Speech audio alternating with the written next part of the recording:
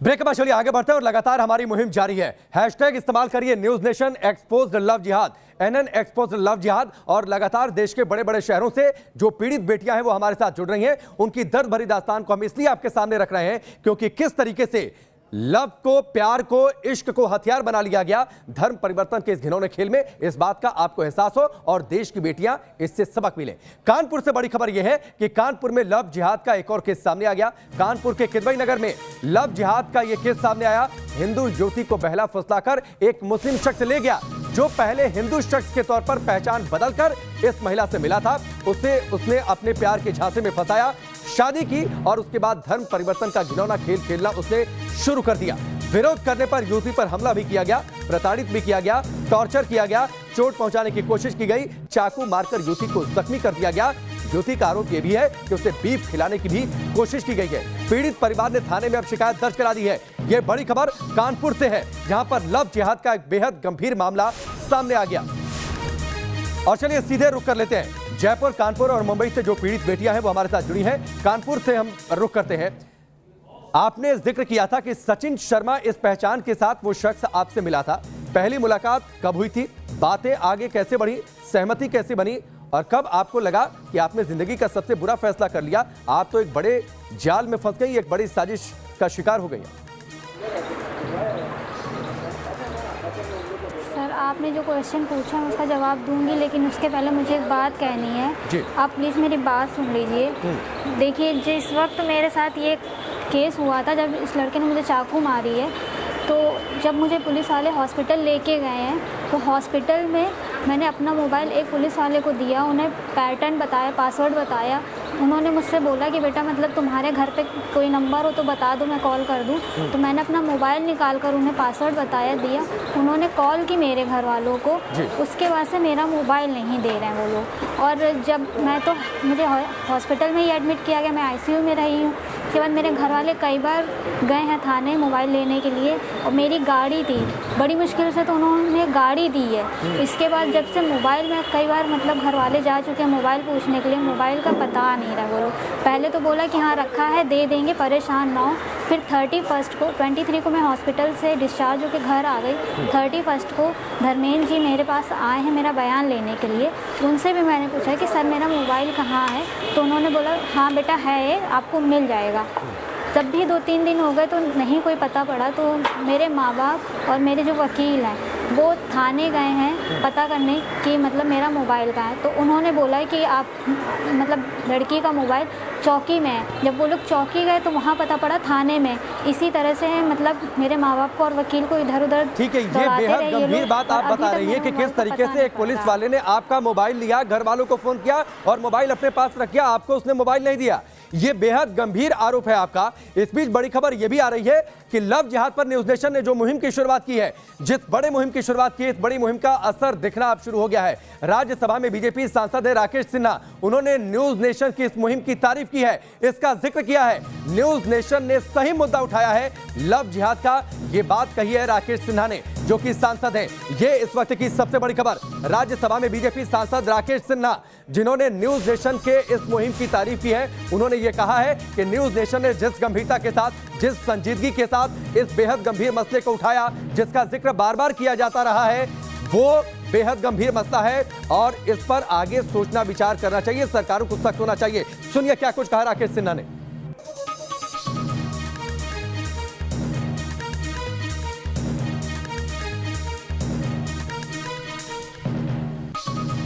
Love जिहाद अब देश में एक बड़ा मामला बनता चला जा रहा है, क्योंकि खुद लड़कियां सामने आकर अपनी आप बीती बता रही हैं कि उनके साथ क्या हुआ था। हमारे साथ बात करने के लिए राकेश सिन्हा जी हैं, उनसे हम बात करते हैं। सर, न्यूज नेशन में स्वागत है आपका। पहले जब लव जिहाद की बात आप लोग करते थे तो लोग सवाल खड़े करते थे कि जब दो बालिग लोग अगर शादी कर रहे तो इसमें से जिहाद कहाँ आ गया, लेकिन अब तमाम ऐसे मामले सामने आ गए हैं जो साबित करता है कि जिहाद है। देखिए, एक सुनियोजित अभियान है धर्म परिवर्तन का और एक समाज को आहत करने का। यह कोई स्थानीय स्तर पर संचालित अभियान नहीं है। इसके पीछे बड़ी ताकतें बहुत ही वैज्ञानिक तरीके से, संगठित तरीके से काम कर रही हैं। और जिस प्रकार से इस पर धन और मस्तिष्क लगाया जा रहा है, वो प्रमाणित करता है कि बड़े पैमाने पर हिंदू बालिकाओं को बहकाकर, उनको बरगलाकर लव जिहाद को अंजाम दिया जा रहा है और उनमें से अनेक की ज़िंदगी नरक बन जाती है। चूँकि यह मामला संवेदनशील है, विवाह, पुरुष स्त्रियों का संबंध, ये सभी एक तरह से व्यक्तिगत और संवेदनशील मामले होते हैं, इसलिए इसको साबित करने में कठिनाई होती है, महिलाओं को सामने आने में दिक्कतें होती हैं। लेकिन अब जब महिलाएं खुलकर सामने आने लगी हैं और उत्तर प्रदेश सरकार ने जो इस पर कदम उठाया है वह सराहनीय है। सर, लेकिन सवाल उठता है कि इतने मामले हो रहे हैं, लड़कियों की हत्या तक कर दी जाती है जब वो धर्म परिवर्तन नहीं करती हैं तो, या बात में नहीं मानती हैं कि वो नहीं उनके कहे के मुताबिक चलेंगी, तो चर्चा होती है और बात आती है और चली जाती है, लेकिन ये मामला विकराल बनता चला जा रहा है। तो ऐसे में कुछ तो ठोस कदम उठाए जाने चाहिए। देखिए, निश्चित रूप से इसकी जड़ को तलाशना पड़ेगा कि इसके पीछे ताकतें कौन सी हैं, चाहे केरल हो या उत्तर प्रदेश हो या कोई और अन्य प्रांत हो। हर जगह इसकी बू दिखाई पड़ रही है, इस तरह की गतिविधियां हो रही हैं और ऐसे लोगों को शिनाख्त करके जो धन और मस्तिष्क लगाकर इसे अंजाम दे रहे हैं, जब सज़ा दी जाएगी उनको समाज के सामने लाया जाएगा। और उससे भी बहुत महत्वपूर्ण बात यह है, बिना देश में सांप्रदायिक माहौल को बिगाड़े हुए ऐसे ताकतों को, उनके कारनामों को सामने लाने की आवश्यकता है। हमारी कोशिश रहेगी कि देश का माहौल नहीं बिगड़े और नहीं बिगड़ते हुए मुस्लिम समाज के उन लोगों को तक ये आवाज़ पहुंचाना कि उनके समाज का एक वर्ग जिस प्रकार से हिंदू समाज पर इस तरीके से आघात कर रहा है वह देश में अमन चैन के लिए अच्छा नहीं है और हिंदू समाज को जागृत करने की ज़रूरत है इसके प्रति। सर, एक अंतिम सवाल कि ठीक बात है कि अपने देश में कानून है कि दो बालिग लोग शादी कर लेते हैं तो कानून सम्मत है, किसी को कोई एतराज़ नहीं करना चाहिए और हो भी नहीं सकता है। लेकिन जिस तरीके से, जैसे आपने भी कहा और मैंने भी अपने रिसर्च में पाया कि साजिश के तहत षड्यंत्रपूर्वक इसे अंजाम दिया जाता है। आप भी विधायिका में बैठे हुए हैं, क्या नहीं लगता है कि इसको विधायिका को या सरकार को इस पर कोई ध्यान देनी चाहिए और ठोस कदम उठाने चाहिए? देखिए, मैंने कहा कि यह व्यक्तिगत और संवेदनशील और स्त्री पुरुष का संबंध एक बहुत संवेदनशील सवाल होता है। ऐसे मामलों में इसको अविलंब तुरंत साबित कर देना और साबित करने की प्रक्रिया में अनेक प्रकार की जटिलताएं उत्पन्न होती हैं। भारत में महिलाओं का खुलकर नहीं बोलना और अपने ऊपर अत्याचार को सहकर अपने और अपने परिवार की प्रतिष्ठा बचाना, यह प्राथमिकता बन जाती है। ऐसी परिस्थिति में कानून बनाने में भी अनेक तरह की पेचीदगियाँ आती हैं और फिर सांप्रदायिक ताकतें खड़ी हो जाती हैं कि आप एक किसी धर्म विशेष पर अन्याय कर रहे हैं।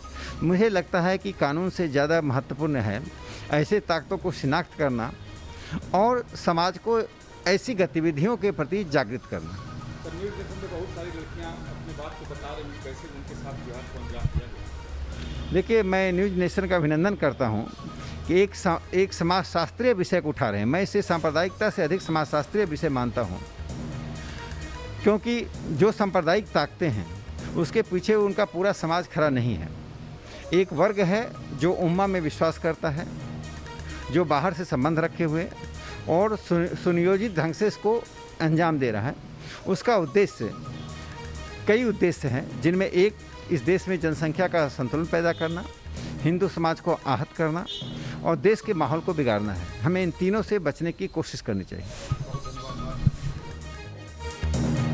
तो राकेश सिन्हा को आप सुन रहे थे। लव जिहाद पर न्यूज़ नेशन की मुहिम का बड़ा असर और उन्होंने तारीफ की है और यह साफ तौर पर उन्होंने जिक्र किया है कि ये एक सुनियोजित साजिश का हिस्सा है, वो सुनियोजित साजिश जो देश की हिंदू बेटियों के खिलाफ रची गई है।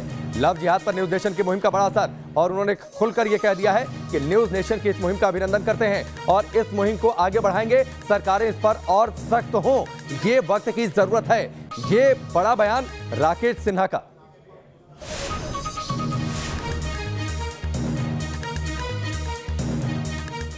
और हमारी इस मुहिम को लगातार रिस्पांस मिल रहा है। राकेश सिन्हा को आपने सुना और इस बीच न्यूज़ नेशन की मुहिम पर बोले हैं विनय सोनकर शास्त्री। सुनियोजित तरीके से बेटियों को फंसाया जाता है, ये धर्म के नाम पर झूठा प्रचार किया जाता है, झूठे प्रचार के तहत हिंदू बेटियों को बरगलाया जाता है। सुनिए। ये सुनियोजित तरीके से लव जिहाद के आड़ में धर्म प्रचार का विषय है। जो कम पढ़ी लिखी बच्चियां हैं, जो कमज़ोर परिवार से हैं, ऐसे परिवारों को चिन्हित करके एक धर्म विशेष के लोग उनको लव जिहाद के नाम पे, मोहब्बत के नाम पे उनको जालसाजी के रूप में फंसाते हैं। और आज तक का जो अनुभव रहा है, जो संख्या रही है, वो बड़ी संख्या में इसका अंत बहुत दुखद रहा है। तो निश्चित रूप से यह चिंता का विषय है। और लव के आड़ में, प्यार के आड़ में धर्म का प्रचार करना और जीवन किसी का बर्बाद करना, ये सुनियोजित तरीके से किया जा रहा है। निश्चित रूप से इस पर सरकार को गंभीरता से विचार करना चाहिए।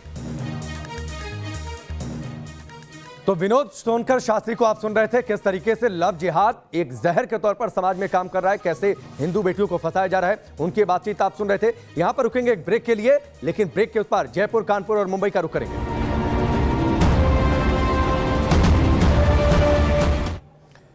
ब्रेक के बाद चलिए आगे बढ़ते हैं। लगातार हम इस बड़ी खबर, बड़ी मुहिम पर बने हुए हैं। बड़ी मुहिम की किस तरीके से इश्क को हथियार के तौर पर इस्तेमाल कर लिया गया, कैसे हिंदू लड़कियों को जबरन फंसाया गया प्यार के जाल में, उसके बाद उनको धर्म परिवर्तन के लिए मजबूर किया गया। लगातार आप इस हैशटैग के साथ जुड़िए, NN एक्सपोज लव जिहाद, इस हैशटैग के साथ जुड़कर न्यूज नेशन की इस मुहिम का हिस्सा बनिए।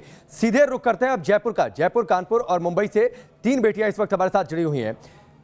मैम, प्यार तो एक सुखद एहसास होता है, लेकिन कब आपको लगा कि इस सुखद एहसास ने आपको जीवन का सबसे बड़ा धोखा दे दिया?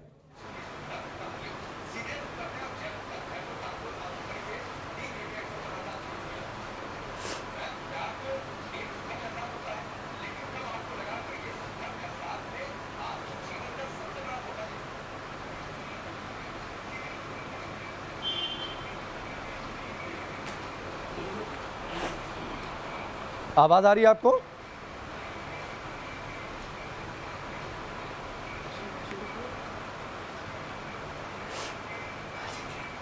मैं जयपुर का रुख कर लेता हूं। अगर आपको आवाज आ रही है तो आप जरूर ये बताइए कि कैसे आपको प्यार के चक्कर में जीवन का सबसे बड़ा धोखा मिला, कैसे पहचान बदलकर आपको प्यार के जाल में पहले इस शख्स ने फंसाया और उसके बाद आपको धर्म परिवर्तन के लिए मजबूर किया?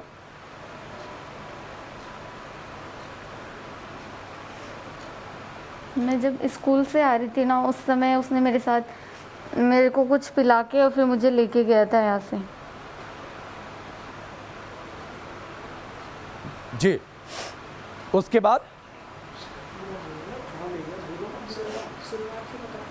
बाद वो मुझे खुद के घर पे लेके गया, तब मुझे पता चला कि वो मोमडन था।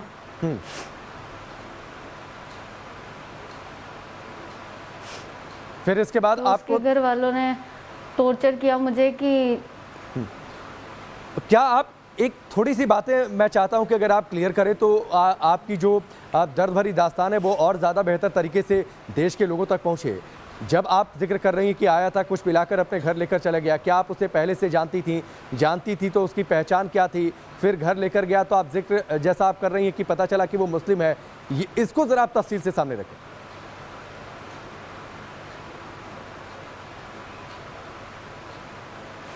थोड़ा कंफ्यूज हो रही हूँ। नहीं, अच्छा ठीक है। आप इतनी बड़ी मुसीबत हो तो उसे शब्दों में उतार पाना हमें इस बात का एहसास है कि बड़ा मुश्किल होता है। थोड़ा सा वक्त हम देते हैं, आप थोड़ा सा पानी पी लीजिए, फिर मैं आपके पास वापस लौट कर आता हूँ। मैं मुंबई का रुख कर लेता हूँ। आपने जो बातें बताई हैं वो उन बातों ने मेरे जहन में रोंगटे खड़े कर दिए हैं। मैं उस बात को सोच कर कांप उठता हूं कि कैसे आप पर वार किया गया, कैसे गणपति आपसे छीन लिए गए, कैसे आपको जबरन जो है धर्म परिवर्तन के लिए मजबूर कर दिया गया, कैसे आपको नमाज पढ़ने के लिए मजबूर किया गया। आप क्या शुरू से उसकी असलियत से वाकिफ थी? क्या आप वो मुस्लिम था इस बात से वाकिफ थी? और साथ ही क्या आपने अपनी मुक्ति के लिए क्या आप पुलिस के पास गई अपनी शिकायत को लेकर?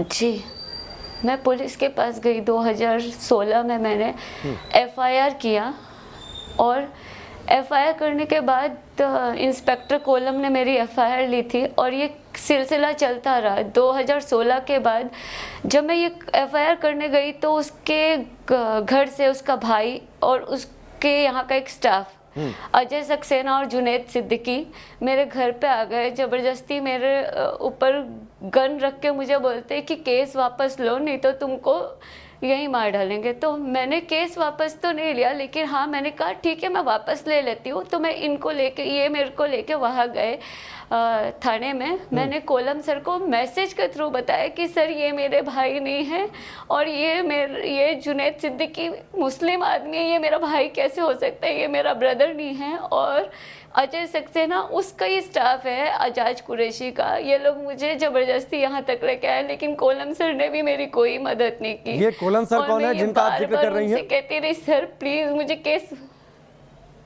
चाहिए। कांदीवली चारकोप के सब इंस्पेक्टर या इंस्पेक्टर हैं जिन्होंने मेरा केस, मेरा FIR लिया था।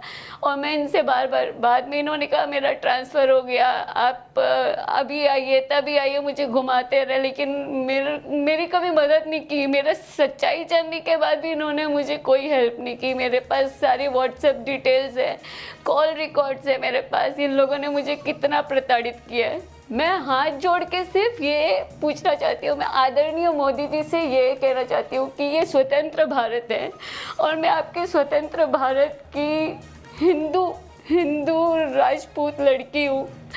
क्या मुझे इनकी पूजा करने से रोका जाना चाहिए?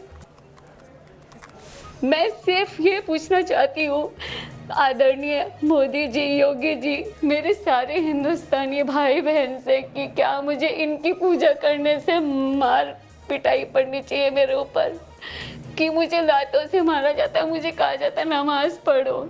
मैं हिंदू हूँ, मैं कैसे नमाज पढ़ूँ?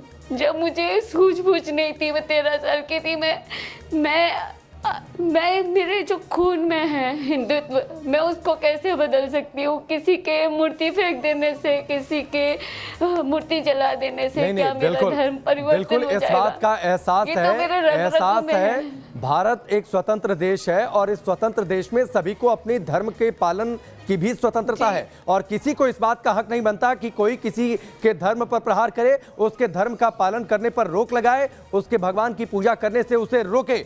निश्चित तौर पर आपके साथ गलत हुआ है, हम इस पर बातचीत आगे भी करेंगे, लेकिन यहां पर रुकेंगे ब्रेक के लिए। लेकिन उससे पहले बता दें, लगातार अगले 1 घंटे तक 3 बजे तक हम नॉन स्टॉप जारी हैं अपने इस मुहिम पर। आप सुन रहे हैं कि कैसे प्यार के नाम पर पहले महिलाओं को फंसाया गया, उसके बाद उनसे जबरन धर्म परिवर्तन करवाया जाता है। जल्द वापस लौटते हैं।